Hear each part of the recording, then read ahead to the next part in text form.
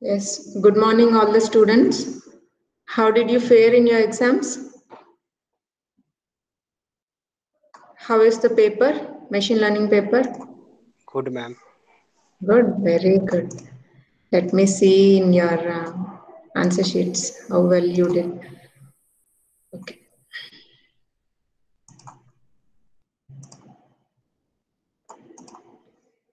Can you see the presentation?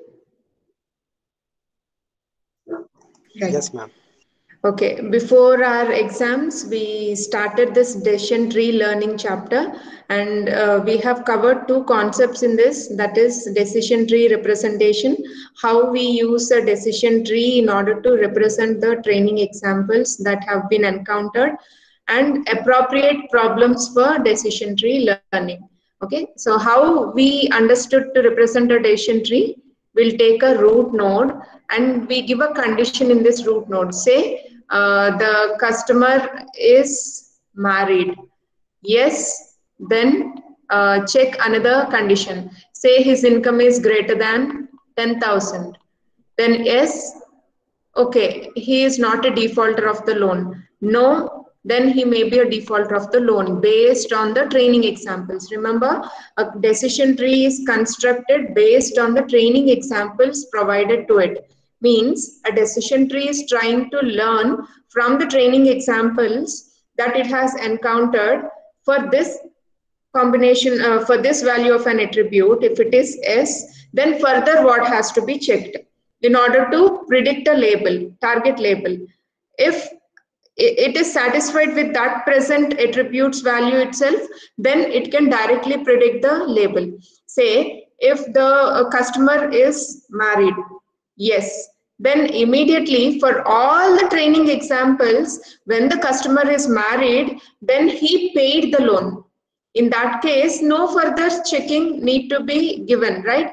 So for that particular attribute, it is classifying. If it is yes, need not check any other attribute. If it is yes, it is classifying it as true only. And say the customer has paid the loan itself, right? But if it is no, then some other condition have to be checked, right? We'll see with an example how this is exactly being done. So the decision tree is constructed by using a root node which best splits the training examples into positive and negative examples, means which can better classify the training examples. Now, once that condition is true, it branches to yes or no further conditions. Then it takes another attribute there in the subtree and again builds another subtree there based on yes or no conditions, or based on the attribute values. Always it may not be yes or no. It may be sometimes, say his income level is greater than 10,000, less than 10,000, and greater than 50,000. Like that, there may be some range of income. In that case, we may have to check multiple conditions, right? So whenever attribute is checked, that is checked at the root of a tree. Now, when a further condition is checked, it is again the root of a subtree here, not a root of the entire tree, but a subtree. Now, this subtree can further branch into different conditions. Again, conditions may be checked, or it may reach the leaf node. Why? Because the classification task has been completed. Means for that particular path of attribute values, it always classifies it as a positive example or a negative example. If there is a confirmation of that, immediately you can attach a leaf node. But if there is no confirmation, further you have to check the attributes. In that case, you have to start with another root node for a subtree, right? That is how a decision tree is constructed. Now, we have also seen appropriate problems for decision tree learning. When the data is noisy, when the data has missing values, when the data has some outliers, or when the training examples the attribute values are represented in the form of key value pairs, like attribute, say humidity is equal to high, or humidity is equal to low. means a key and a value, attribute and a value. If that kind of pair, if data can be represented in that format, then we can go for opting this decision tree algorithm. And also it supports both disjunctive and conjunctive rules. Disjunctive means or, if this is not correct, if this is correct, or this is correct, or this is correct, that kind of checking can be, condition checking can be done by decision tree algorithms. And it can also use if this is true and this is true and this is true. This is called as conjunctive form of rules. Even that can be applied by using decision trees.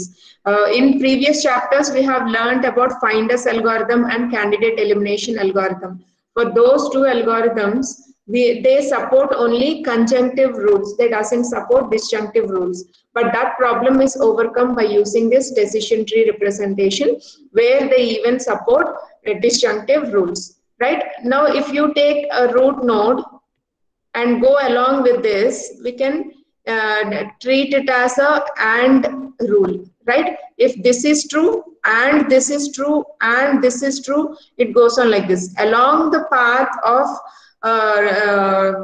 tree from root node to the leaf node, it is an AND rule or conjunctive rule. But if you take like this, a root node, this or this, in this case, this is called as disjunctive rule, because we go with S or no, or married or not, male or female, right? There we are having a disjunction between the attribute values. We can either consider this value or this value. In that case, this value is okay, or this value is also okay. In that case, we can go for disjunctive rules. For this kind of problems, you can opt for decision trees. So when the data set is noisy, when the training examples are having noise and outliers, and when the training examples want to include even the disjunctive hypothesis, and whenever you have the attribute values in the form of key value pairs, in such cases, you can select this decision tree learning. Okay, you are able to recollect what we have done in the previous session by this introduction. Okay, now let us proceed with today's concepts. The basic decision tree learning algorithm. In that, which attribute is the best classifier? How to determine which attribute is the best classifier, which can classify the training examples without any impurity. Perform the classification in its pure form. Right, I'll tell you what it is, impure and pure. Okay, which attribute is the best classifier?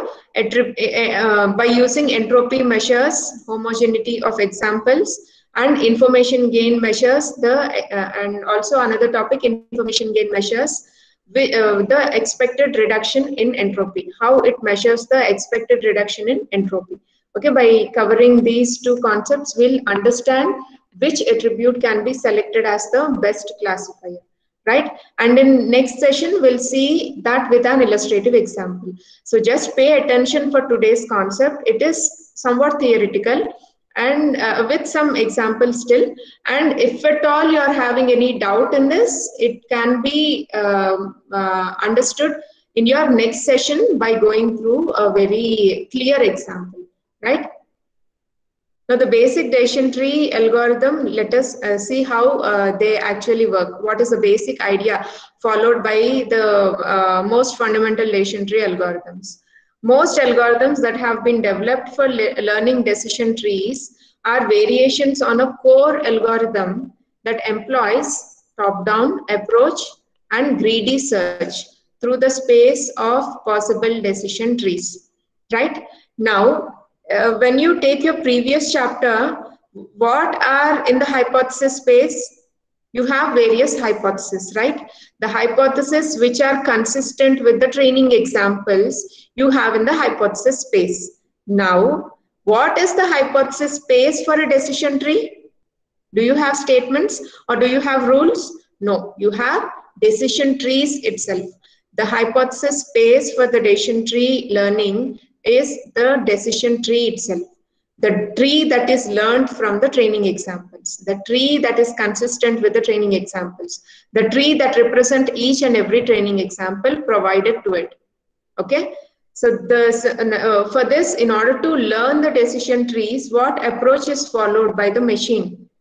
It employs top-down approach from top, right from root node towards the leaf nodes. It tries to classify all the training examples and greedy search. It will try to find out the best solution and also all the alternative solutions, right? It tries to search the hypothesis space in a greedy manner, right? It tries to cover all possible alternatives that may exist. Okay, that is called as greedy search. What are the fundamental algorithms that come under this decision tree learning? ID3 and C4.5. Now they learn decision trees by constructing them top down. We call this as top down, right? It starts with the root node, branches to the leaf nodes, and that leaf node again can be a subtree, or it can be the final leaf node. If it is a subtree, again it may extend to another level. But if it is the root node, then it can classify that particular training example clearly, right? This is how the decision tree is constructed in a top-down approach, beginning with the question. How it begins? What is the question that is put to the decision tree at the beginning, at the root node? Which attribute have to be tested at the root of the tree? Which attribute better classifies all the training examples? Which attribute will make the classification very pure, right? That should be given at the root node so that the decision tree is optimal. It need not waste constructing a complex tree. See, if no proper attribute in this stage is selected, then the resulting tree may extend to many levels because it is considering every possible alternative for the attribute value.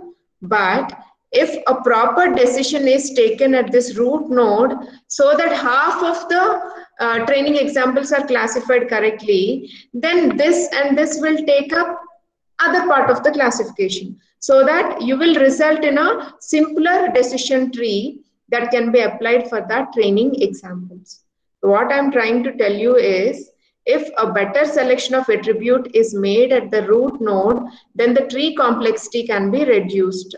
If vague selection happens for the root node of a decision tree, then the decision tree may result in being very complex decision tree with lots of subtrees and lots of levels, right? So the main idea to build a decision tree is which attribute to select at each node, which attribute to select at the root node, which attribute to select at the subtrees root nodes, in order to make a better classification and keep the decision tree as simple as possible.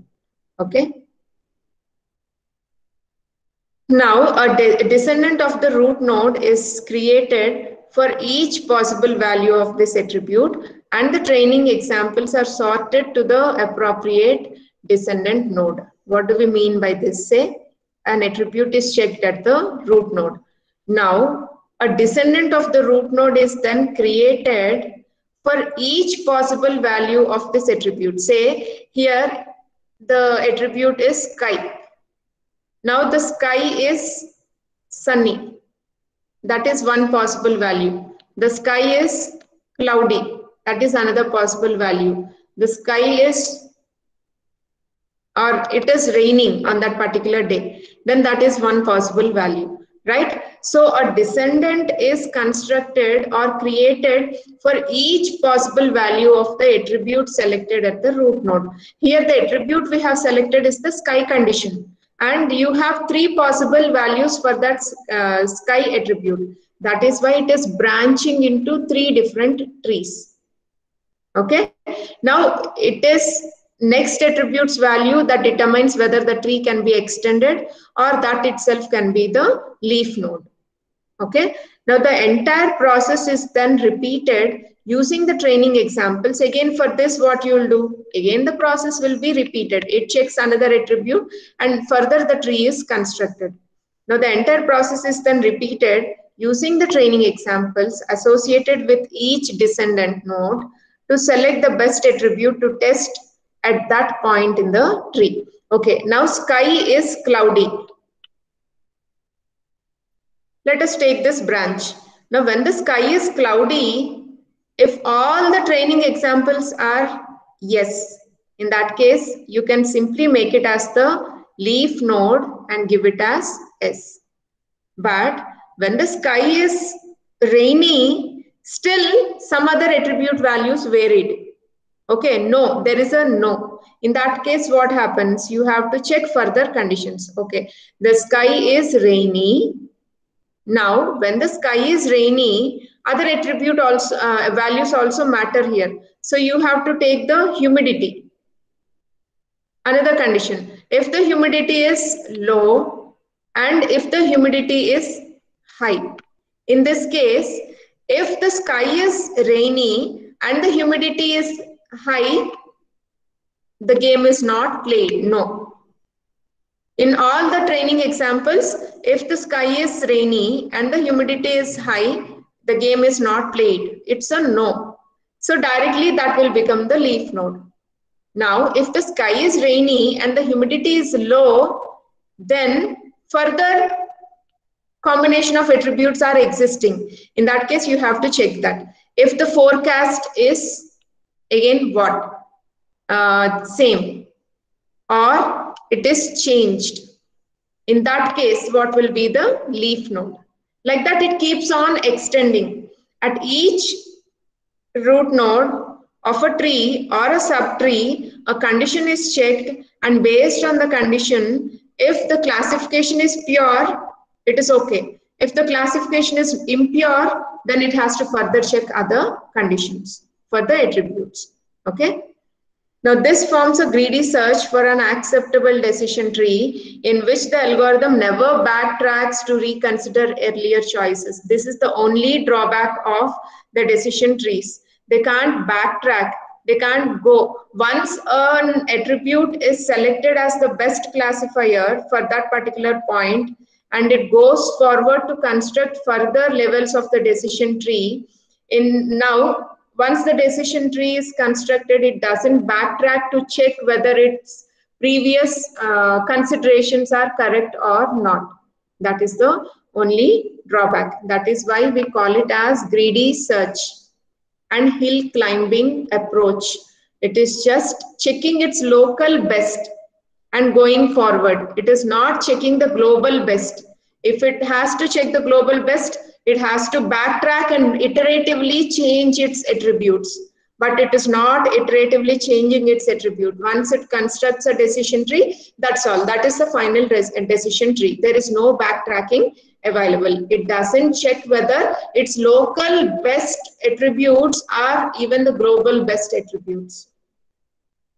In that case, what will happen? That is called as greedy search, right? It doesn't reiterate, it doesn't iteratively modify its learning. Okay. Now let us see the summary of ID3 algorithm.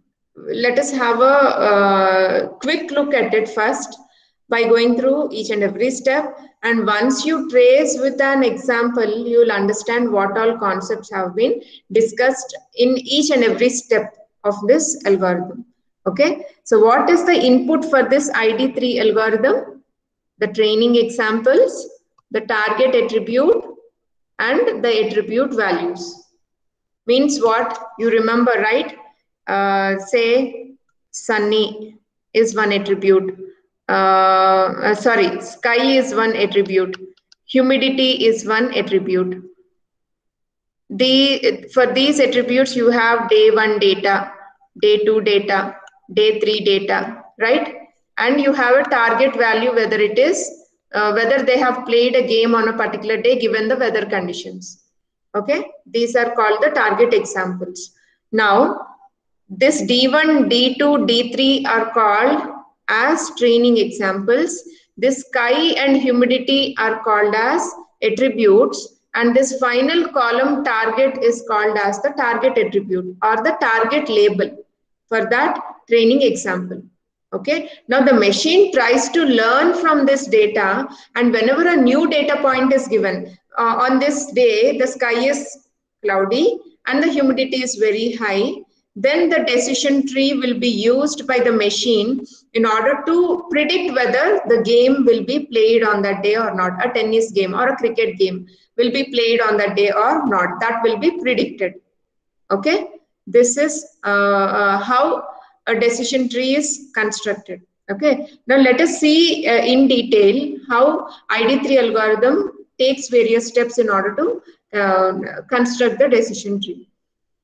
So what is the input? We have seen here the input is the training examples, the target attribute, yes or no, and attributes or the features, these sky and humidity. The features or properties or simply the columns.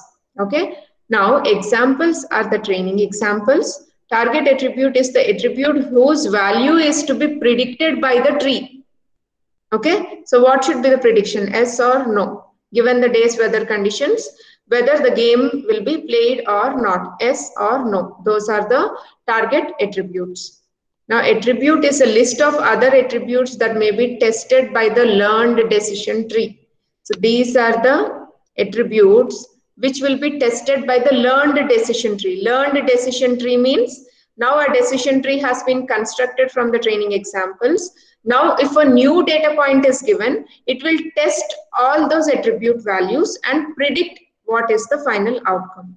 Okay. Now, it returns a decision tree. What is the output of this algorithm? It returns a decision tree that correctly classifies the given example or given new data point or given a future data point. Okay. So, understand what is the input for this? The machine has to learn from the training examples, right? So the input is the training examples and their labels and the attribute values. And what will be the output? The learned decision tree, the tree that can apply to all these training examples. Now, how to start with? Initially, create a root node for the tree. Okay, a root node is created. Now, at this root node, what has to be done? If all examples are positive, you need not classify anything, right? All belong to the same class. In that case, you need not classify anything. Return the single node tree root with label plus, because all values belong to the positive class. In the same way, if all examples are negative, all examples belong to one single class, that is no, or a negative example, or 0, or whatever you take, default of the loan or not, no. All these negative examples, if it contains all negative examples only, then also you need not construct a decision tree, because all the training examples belong to only one class. Now, how can it learn further? It can't learn anything, right? All the examples, whatever are the combination of the attributes given, they belong to a single class. Then the machine can't construct any decision tree. In that case, it has to stop with the root node itself. It has to stop here itself. Okay, that is why if all examples are negative, return the single node tree root with label minus, or if they are positive, return the root node with plus. Okay, now if attributes is empty, if no attributes are given in the training examples, then what has to be done? Return the single tree root with label most common value of the target attribute in example. Say this is one extreme condition where you have all the day's data without any weather conditions. You have the target label yes, yes, yes, no. These are the target labels. Now, if this attributes x1, x2, the columns, if these values are empty, then what has to be done? Return the single tree root, return the root again with label. What should be the label now? Most common value of the target attribute. What is the most common value here, students? Which is repeated more in the target label here?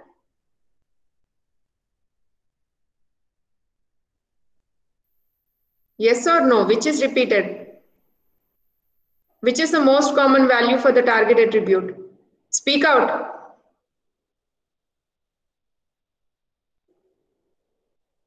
Are you there or taking rest after writing the exam? Simply logging in.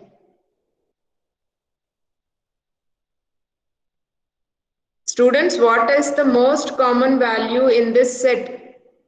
Yes. Yes, right? So S will be given at the root node. So we have covered three conditions here.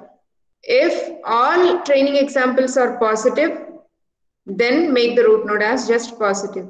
If all the training examples are negative, no further classification is required, right? So it can't learn anything. Machine can't learn anything. In that case, the root node will be negative.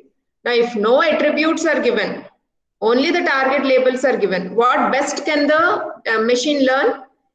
It can be in favor of the most repeated value, right? What is the most repeated value here? Yes. So that will be taken as the root node, right? All the extreme conditions are met. We covered with the algorithm.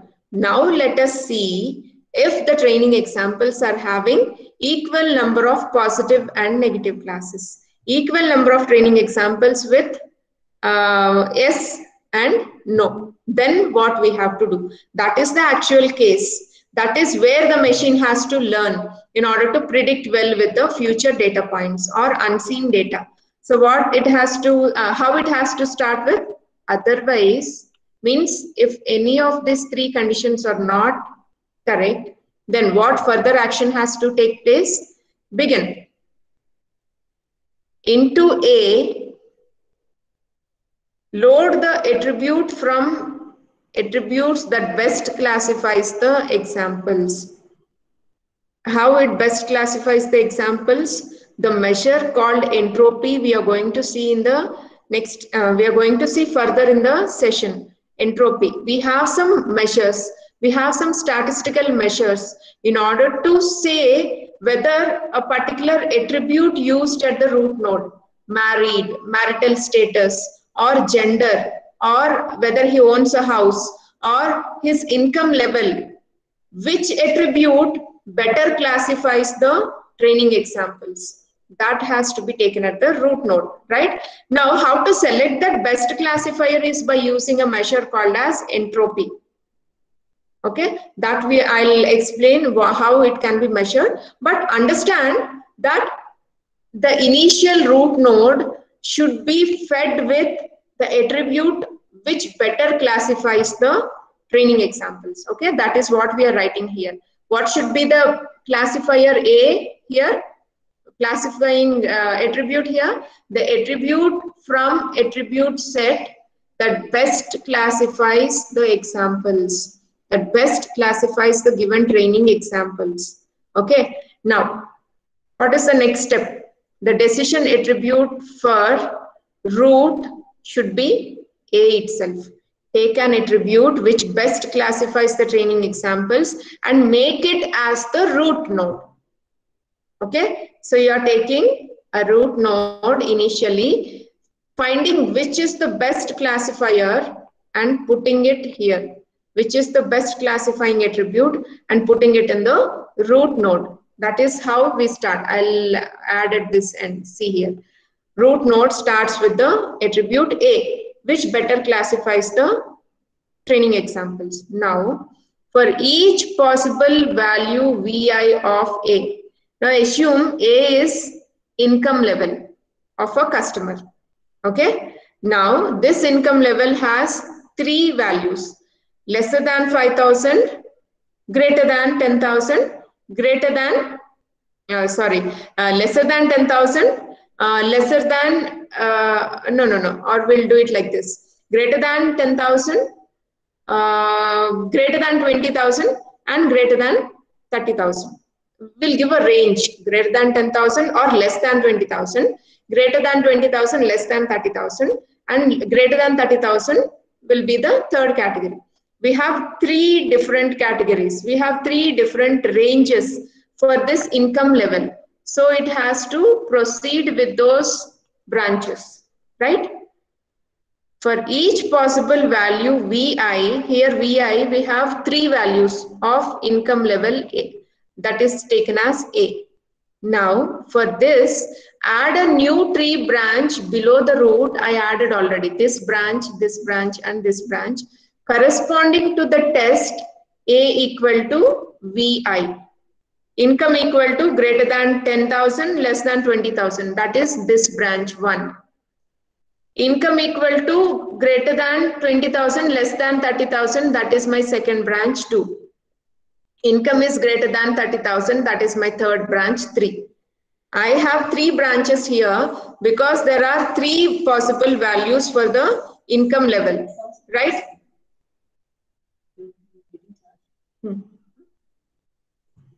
Okay, so these are the 3 possible category values for this income level A, this attribute what we have taken. Now let examples SVI.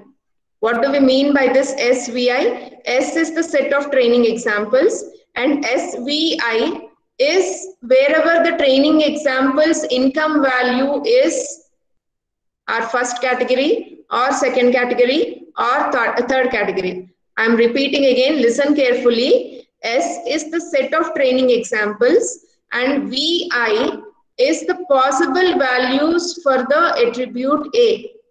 So the possible values is greater than 10,000, greater than 20,000, greater than 30,000, right? Now you are taking that value. Let example SVI be the subset of examples that have the value VI for A. So you're considering all the training examples where income value is this, greater than 10,000, greater than 20,000 and greater than 30,000. All those values you are considering on each branch. Now if examples SVI is empty, now for this particular category there are no training examples given. Then what has to be done? Then below this new branch, add a leaf node. Directly you can add a leaf node with label equal to most common value of target attribute in examples. Okay. Now for income greater than 10,000, there are some extra conditions to be checked. For income greater than 20,000, there are some extra conditions to be checked. For income greater than 30,000, it is clearly seen from the training examples that the customer is a good payer of the loan. He will pay the loan. In that case, what you can do, you can make it as a leaf node. You need not further construct a subtree. You can directly make it as a leaf node. Now, here if there is another condition to be checked, here there is another condition to be checked. The tree will further grow to the next level. Okay, so that is what is mentioned in these 2 steps. If examples SVI is empty, in that case, below this new branch, add a leaf node directly with label equal to most common value of target attribute in the examples. Else, if that is not the leaf node, for the other cases of 1 and 2, what will happen? Else, below this new branch, add the subtree. Grow the tree to further levels, to next level. And again, it will apply this ID3 algorithm with the same approach. What is the approach now? Remaining examples, remaining training examples, the target attributes and the attributes other than A. Look here, this is very important. One attribute we have already considered at the root node. Now that attribute is no longer available for further checking the classification. That is why when you pass in the second iteration the attributes to ID3 algorithm, you have to remove that A which is considered at this root node, right? So we should remove income criteria and check the training examples with other criteria, right? That is how this ID3 algorithm works. Then finally end and return the root node from where the entire decision tree can be tracked easily. Okay, this is how a decision tree is constructed. It finds the best classifying attribute, then it goes towards the descendants and finally checks each and every training example. If a particular training example is better classified, then it ends there. If it is not classified purely, then it has to go with other further conditions to be checked. Now, let us see what is the approach to find out which is the best classifier, which attribute is the best classifier, right? So the central choice in ID3 algorithm is to select which attribute to test at each node in the tree. Now, start with the root node, which is the best classifier, which gives the better split of the training examples. Then you go for the next level, which is the best attribute at this stage in order to classify, to reduce the impurity in the classification. Okay, this is how the classification process goes iteratively in order to build the decision tree. Now, our choice is the attribute that is most useful for classifying the examples, that is very efficient in classifying the examples, that better classifies the training examples, right? So what is a good quantitative measure? What measure do we select which is worth of a quantitative measure of the worth of an attribute in order to find the capability of an attribute in order to result in pure classifications? What is the quantitative measure? The measure we take here is the information gain.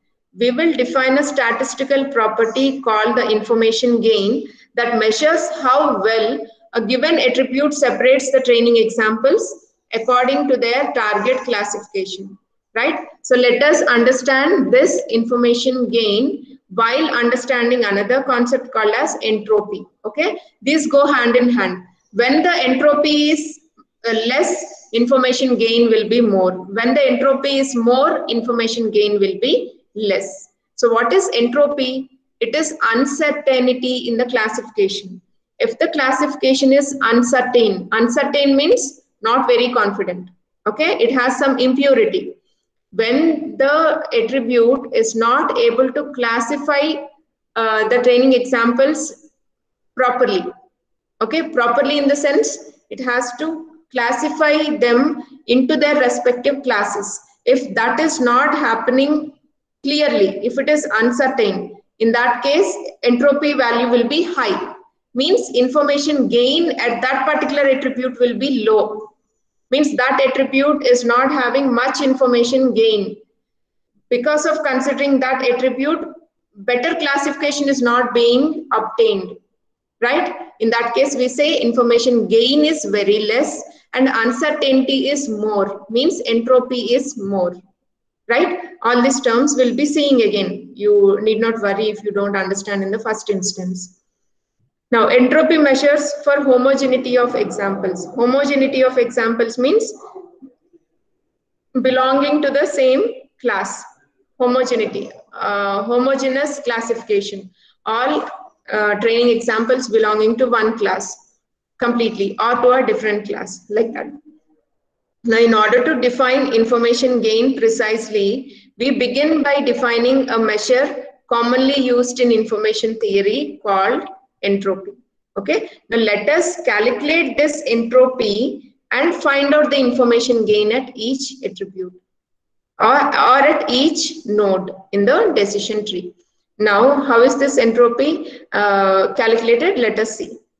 In order to define information gain precisely, we begin by defining a measure commonly used in information theory called as entropy that characterizes the purity or impurity of an arbitrary collection of examples. If it clearly classifies all the training examples as per the labels given, then it is called pure classification. But if it is not able to still classify properly, there is some ambiguity in the classification, then we call it as impure classification.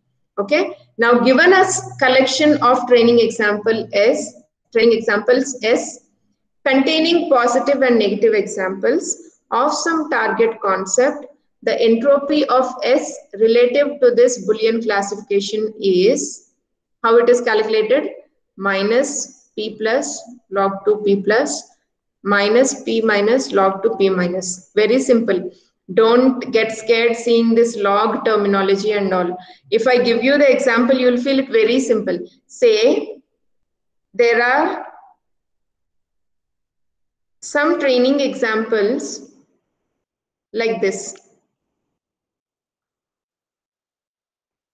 Now total how many examples I have given? 9 examples, right? Among this, what is the proportion of positive classes? 1, 2, 3, 4, 5 and 6. Right? So what is the proportion of positive class here? Minus, proportion is 6 out of 9. Right? The proportion of positive classes in the training examples given is 6 out of 9. Log 6 by 9 minus, what is the proportion of negative examples? 1, 2 and 3. So you have 3 out of 9 examples as negative examples or no classes, right? So it is 3 by 9 log 3 by 9. That's all. That is how entropy is calculated. After classification, it will check how many of the examples are positive and negative. It will count their proportion and use this formula in order to find the entropy of the tree, of the entire tree, right? Now let me show you another example. And before that, let me make you more clear what are the log values for log 1 and log 0.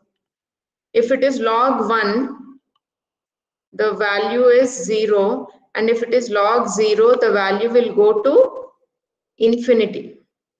Right? These are all minimal mathematics that you need to remember before going forward with this entropy concept. Now in all calculations involving entropy, we define 0 log 0 to be 0. Why? Because log 0 is what? Infinity. 0 into infinity, it becomes 0, right? Now to illustrate better, suppose S is a collection of 14 examples. Now consider set of training examples. S is a collection of how many examples here?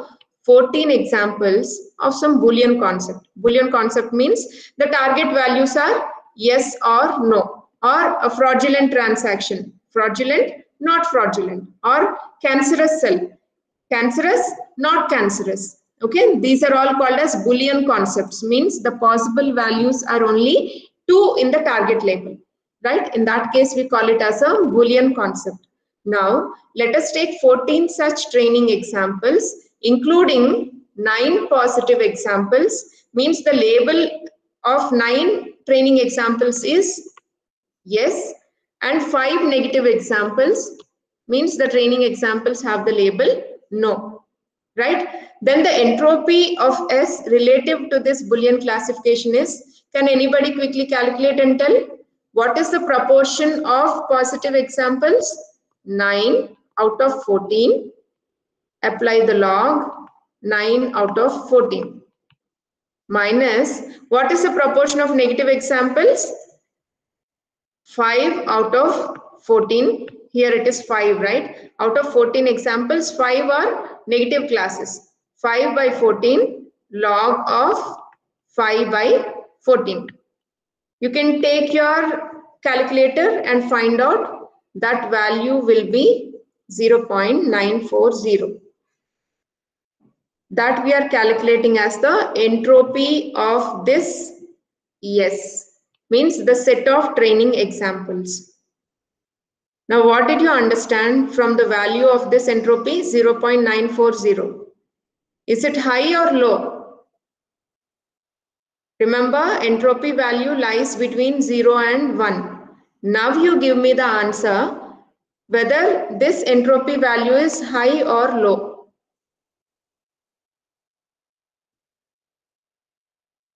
You're there, students. This entropy value is high or low? It is very high. Why is it high? Out of 14 examples, 9 are positive examples and 5 are negative examples, right? Means they are not equal number of training examples given for positive and negative. If I'll give you a condition, if there are 7 positive examples and 7 negative examples, in that case the entropy will be 1. Listen carefully. If there are equal number of positive and negative examples in a training example set, then the entropy will be 1. How is that? We apply it as minus 14 by 14 log 14 by 14, because we have all positive examples.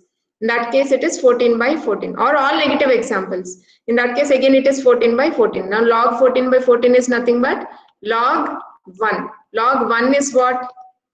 This entire thing will be 0. 0 into whatever you give will be 0. Right?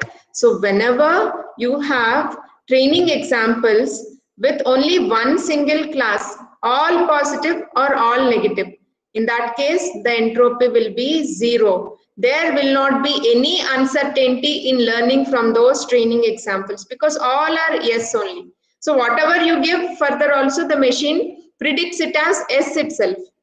So it predicts with 100% confidence. There is no uncertainty in its predictions, as the entropy is 0. Got it? Now, if there are equal number of training examples, 7 positive classes and 7 negative classes, in that case, the entropy will be 0.5.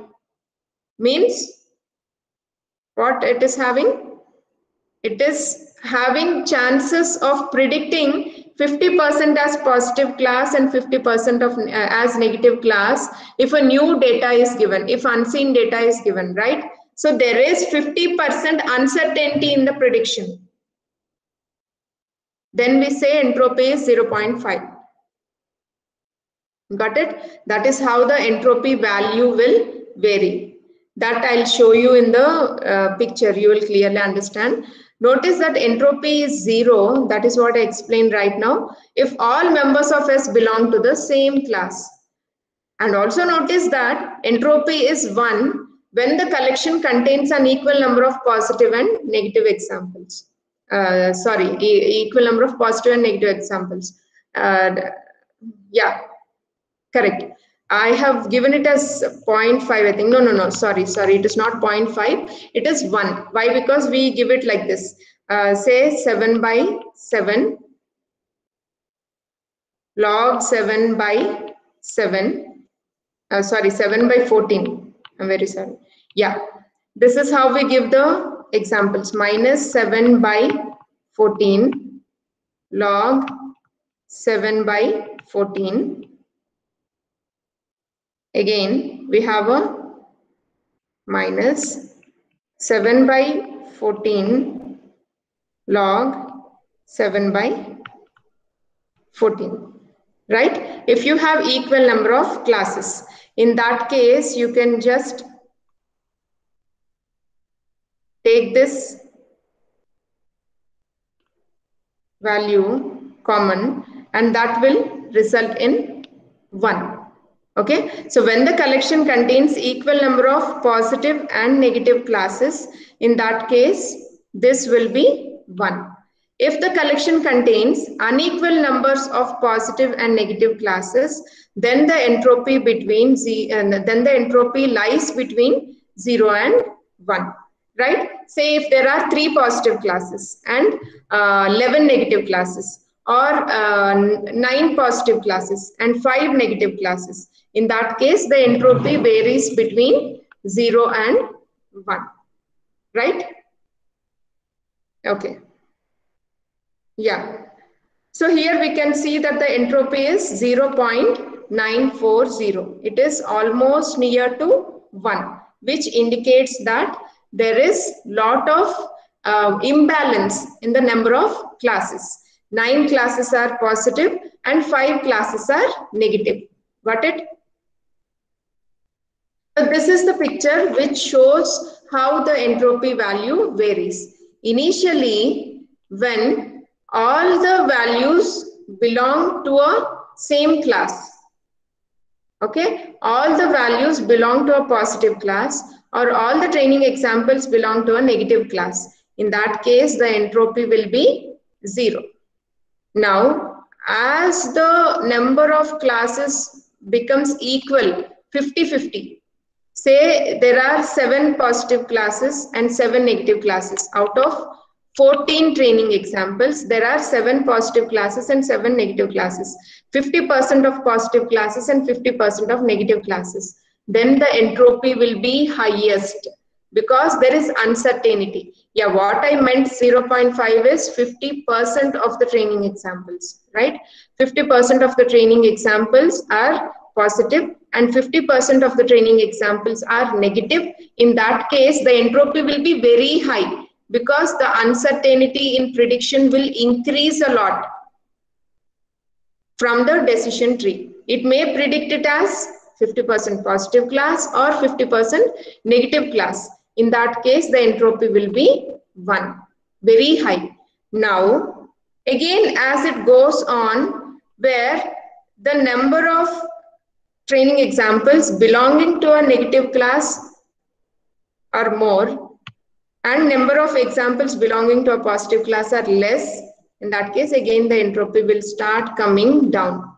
Means, if all the examples belong to a positive class or all the examples belong to a negative class, in that case, the entropy is 0.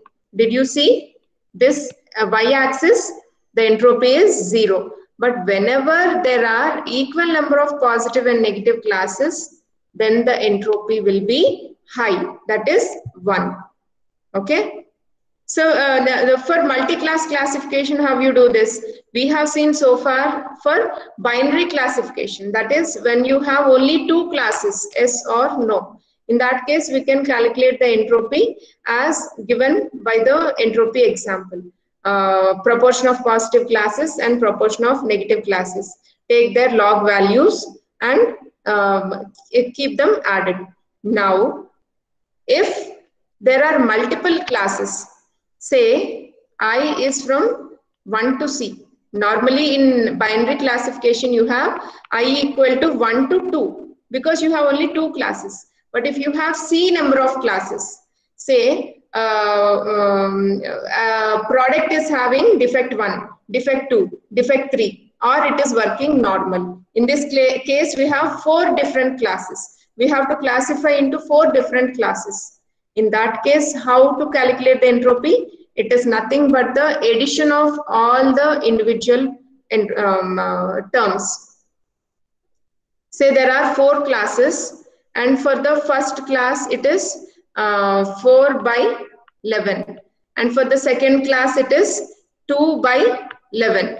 And in the third class, it is 3 by 11. And in the fourth, it is 5 by 11. So total we have 9, 10, 11, 14, right? If it is a binary classification with 14 training examples, we calculate as 2 different terms. But when you have multiple classification, then defect 1, defect 2, defect 3 are 3 different classes with normal as the 4th class. In that case, say if the training examples for defect 1 are given as 4 and defect 2 are given as 2, training examples for defect 3 is 3 and normal functioning of that product is 5. In that case, we can have the proportion as 4 by 11, 2 by 11, 3 by 11 and 5 by 11. Now how to calculate the entropy of this? Minus 4 by 11 log 4 by 11 minus 2 by 11 log 2 by 11 and so on. Minus 3 by 11 log 3 by 11 minus 5 by 11 log 5 by 11. That is mathematically represented as a sigma function. Sigma means what? Summation. You are summing up all the values and giving a generic representation like this. Pi. Pi is the proportion of the training examples with that particular class I.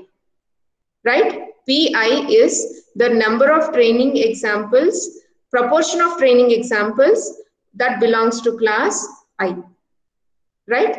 So that can be calculated by using this formula. just we have seen for binary classification, and we have generalized it to multiple class classification. If there are C number of classes, then this will be the formula to calculate. Now, given entropy as a measure of the impurity in a collection of training examples, we can now define a measure of the effectiveness of an attribute. We know that entropy will measure the purity or impurity in classification. If that is able to be calculated, then we can also calculate the effectiveness of an attribute in making that classification. That is called as the information gain. When we are measuring the purity in the classification with entropy, the effectiveness of making that classification by an attribute, that is measured as the information gain. What information gain is obtained at attribute A? What information gain is obtained at attribute A2? What information gain is obtained at attribute A3? When they are used as the root nodes for checking the condition, right? That has to be seen. It is simply the expected reduction in the entropy. I said already, entropy is more means information gain is less because of that attribute. Entropy is less means information gain because of that attribute is more, right? That is how you need to understand. Now the information gain, how do we mathematically represent this information gain of an attribute A is relative to a collection of examples S is defined as gain S of A. Understand this representation. Information gain in the training examples S by using the attribute A is equivalent to, how do you calculate that? Entropy of the whole set of training examples and entropy for that particular attribute. See, V belongs to values of A, categories of A. Now, when you take the training examples with that particular value for that attribute A, what is the entropy? Okay, that is calculated, and the difference between the overall entropy minus the entropy with that particular attribute will give you the information gain. I'm repeating again, calculate the entropy for the overall training set, overall training examples. Now calculate the entropy for a particular attribute, means using that attribute, how better is the classification done? How pure is the classification? Or what is the impurity in the classification, right? Say you're taking an attribute A. Now, with that attribute A itself, you are able to classify all the training examples properly. In that case, we can say that its entropy is 0, right? Then we say that this is most efficient attribute. It is perfectly classifying all the training examples by checking only on that attribute. Then we say that the information gain at this attribute is more. Okay, because the entropy is 0, very less. Okay. That is what we are giving with this formula, where values of A is the set of all possible values for attribute A, and SV is the set of S for which the attribute A has value V. Say A is sunny. What are the values for that? What is the value set for sunny, rainy, sky? I'm extremely sorry. A is the attribute value, sky, attribute name sky. A is the attribute name sky. Now, what are the set of values allowed for this attribute? That this is A. Now we are writing the value set for that attribute: sunny, rainy, and cloudy. This is the value set V. Now, how you are calculating the entropy? Wherever the training example have that value sunny or rainy or cloudy, divided by the total number of training examples, that gives the proportion of that particular value, right? Multiplied by the entropy at that attribute. Okay, the difference between these two will give you the information gain at a particular attribute. So in order to increase the information gain, this entropy should be less. Got it? whenever this entropy is less, the right hand side value is less, the left hand side value will increase, right? This is less and this is less, this overall value will be less. That will increase the information gain. Means reduction in the entropy will increase the information gain. Increase in the entropy will reduce the information gain at a particular attribute A. Okay, this is all preliminary explanation I am giving you. With an example, you will clearly understand, do not worry.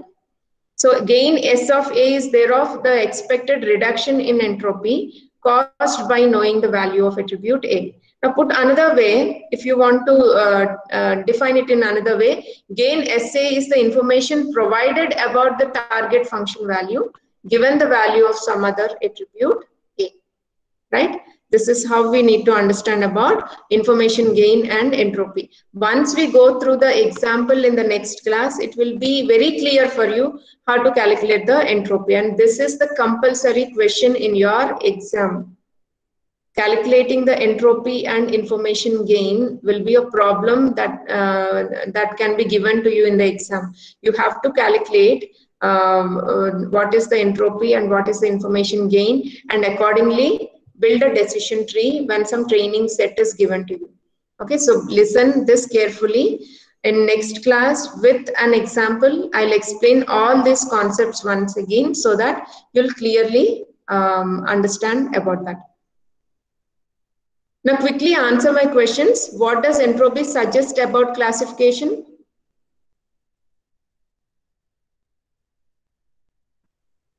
What does entropy measure suggest about classification? Any answer from your understanding. I don't expect it to be completely correct. What you understood. Based on that, I can refine my explanation in the next class. What is entropy? What does entropy suggest about classification of training examples? Students? I need to end the class, right? Speak out something. What does entropy suggest? It suggests about purity or impurity in the classification, certainty or uncertainty in the classification, right? What is the opposite of entropy? Anybody? What is the opposite of entropy? Larger is the entropy, what will be lesser? Lesser is the entropy, what will be more? What should I understand if none of you are speaking?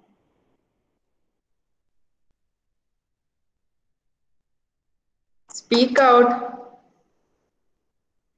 What is the opposite of entropy?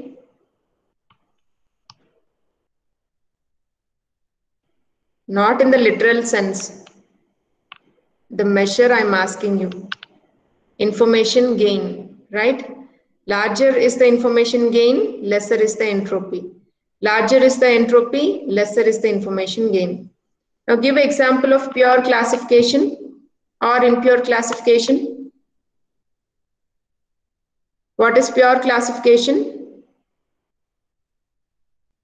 If an attribute can classify the training examples into equal number of positive and negative classes, there is no impurity in the classification, right? But if there is some imbalance between the classes, classification between the classes, then we call it as impure classification, right? All these terms once again will be going, we'll understand it better by going through an example. Any doubts, students? Till here?